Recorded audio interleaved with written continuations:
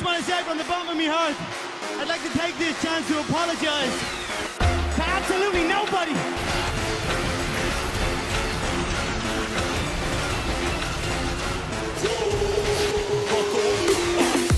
Best of luck to the Rowdy Gentlemen Fantasy Football Experience. Best of luck to the boys. Welcome back, and thank you for joining me here in Week 10. We finally hit double digits, which brings us to the home stretch. 4 weeks remain in the regular season, and I'd like to know what the heck is going on in the South. Through 10 weeks, we have ourselves a 4-way tie for first place. Unprecedented, to say the least. Not far off of that, there is still a 2-way ownership in the North between just the two of us and Jonathan Taylor Ham. 2 teams that just won't go away, and with absolutely no plans of that changing. We have our first and only 2 teams yet to officially solidify a playoff season berth. A huge congratulations to the mayor and the commissioner. In my opinion, that sucked. What's that? Playoffs? Don't talk about it. Playoffs? You kidding me? Playoffs? I just hope we can win a game. Let's have a look and see at how Week 10 had an impact on the playoff picture. We saw that we currently have 7 teams there that I would consider to be what's called on the bubble, with Ted Jones at the 4th seed, Kyler the Creator moving up a spot at the 5 seed, Luxburger falling a spot to number 6, Nelly and Larry at 7 and 8 on the in, with the Brady Bunch bumping up a spot to number 9 after trading places with the Crab Cakes in Football at number 10, both of which currently looking in from the outside. Alrighty, with all that said, let's break down how we got here. Let's start with the games in which had the most implications on the South. At first, we have just the two of us taking down Luxburger in dominating fashion, 131 to 89. A team that, frankly, just won't go away, and one of 2 in which solidified their playoff hopes. On the opposite spectrum, Luxburger is now one of 3 teams in which failed back-to-back weeks to proclaim ownership of the South, paving a way and keeping the door wide open for Kyler the Creator and Team Larry. Now, we can't give Luxburger as much grief as the other 2 here because his past 2 opponents have recently been coined the name Murderers Row by the Mockingbird mainstream media.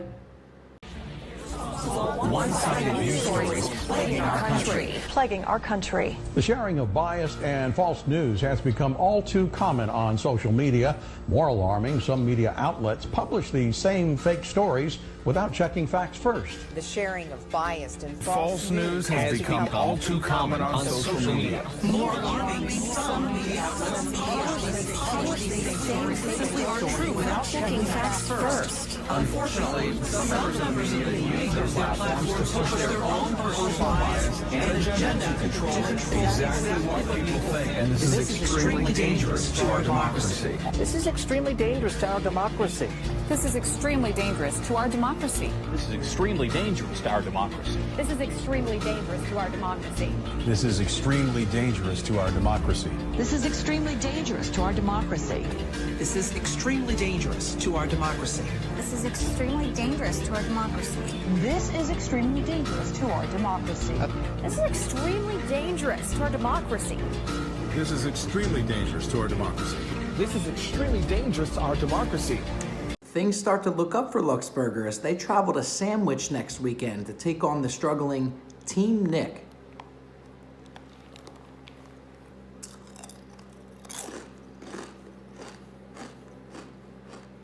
Another team which misses an opportunity of Southern ownership is Ted Jones after falling for a second straight week to Jonathan Taylor Ham, 111 to 96. This tally is 6 straight now for the commish, marking a new league season high active win streak.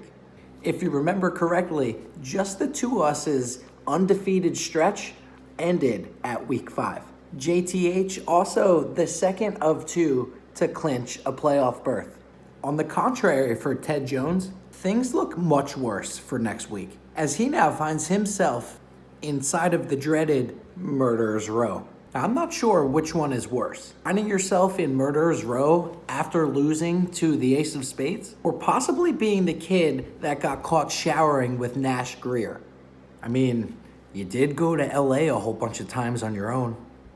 Thirdly, we have Letfeld Cook just letting the South slip away after an excruciating defeat at the hands of Kyler the Creator. After a few visits with Chris Hansen, Kyler really seemed to have gotten his act together and now sits tied with the 3 losers mentioned above for first place in the South. Yo, God, the thing goes boom. Yo, God, the thing goes.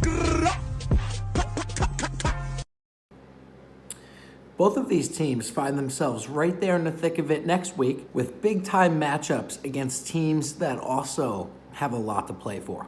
In the tightest outcomes of the week, we've had 2 games decided by a point or less. Red Sauce snaps a 7-game losing streak and also slightly keeps playoff hopes alive by taking down Team Nick 94.9 to 94.4. Huge blow to Team Nick's playoff chances. After that, Larry keeps himself in the hunt and severely damages your mother favorite felon's playoff chances after a 101 to 100 victory. That's 3 straight now for Team Larry, keeping him right there, locked in at number 8, and also pushing your mother's favorite felon back 2 games. 2 matchups representing 4 teams on the bubble. Team Nelly takes his 2nd straight with a win over the Ace of Spades, 123 to 103. On the doorstep, we have the Brady Bunch defeating the Crab Cakes in football, 135 to 95. Team Nelly currently on the in at number 7, while the Brady Bunch, the Crab Cakes in football, and the Ace of Spades are trying to claw their way back in to the top 8. You know what they say, all you have to do is get there. Now I've got a project for you to do on your own at home. If you take a similar approach to the way that I've been, looking at the league and breaking it down, and apply that to the next 4 weeks matchups that are upcoming, things are gonna look a lot different than what we're seeing now. I can promise you that. Another thing is, I would really like at least 1, maybe even 2, if that's not too much, submissions of your own. Have some trash talk, have something to say, have motivation, send it in. I can add it in. Please. Thank you. Good luck. I'll see you here next week. Over to Chris Hansen. Like random people on and off, I'd hang out with them. No, nothing's really sexual, to be honest. Nothing sexual? No. What's this then? Let me see. Oh my god, I did not know I even sent that. Ugh. Yeah, I did not know that. Ooh was right. Yeah, usually when I send a picture, like I have a bunch of pictures of me. Right. So I must have hit that, but I didn't really know why. So this was just one big mistake? Yeah, I pretty much, yeah. So you had a picture of yourself out and about town? Because usually driving a car? Yeah, like usually I hit the penis pic. Oh, by mistake I hit the penis pic. Our conversation was, I have the conversation. Yeah, she talked about it and then I talked about it and then we kind of sort of got to a point in saying, okay, let's meet up and let's watch some movie or go for some food or something like that. Maybe play some video games. It sounds like you wanted to play more than video games based upon this conversation. Well, it could be anything, but it could be anything. Yeah. Like you say, you like playing in the shower. This is called fair use and is allowed for purposes of criticism, news reporting, teaching, and parody, which doesn't infringe of copyright under 17 U.S.C.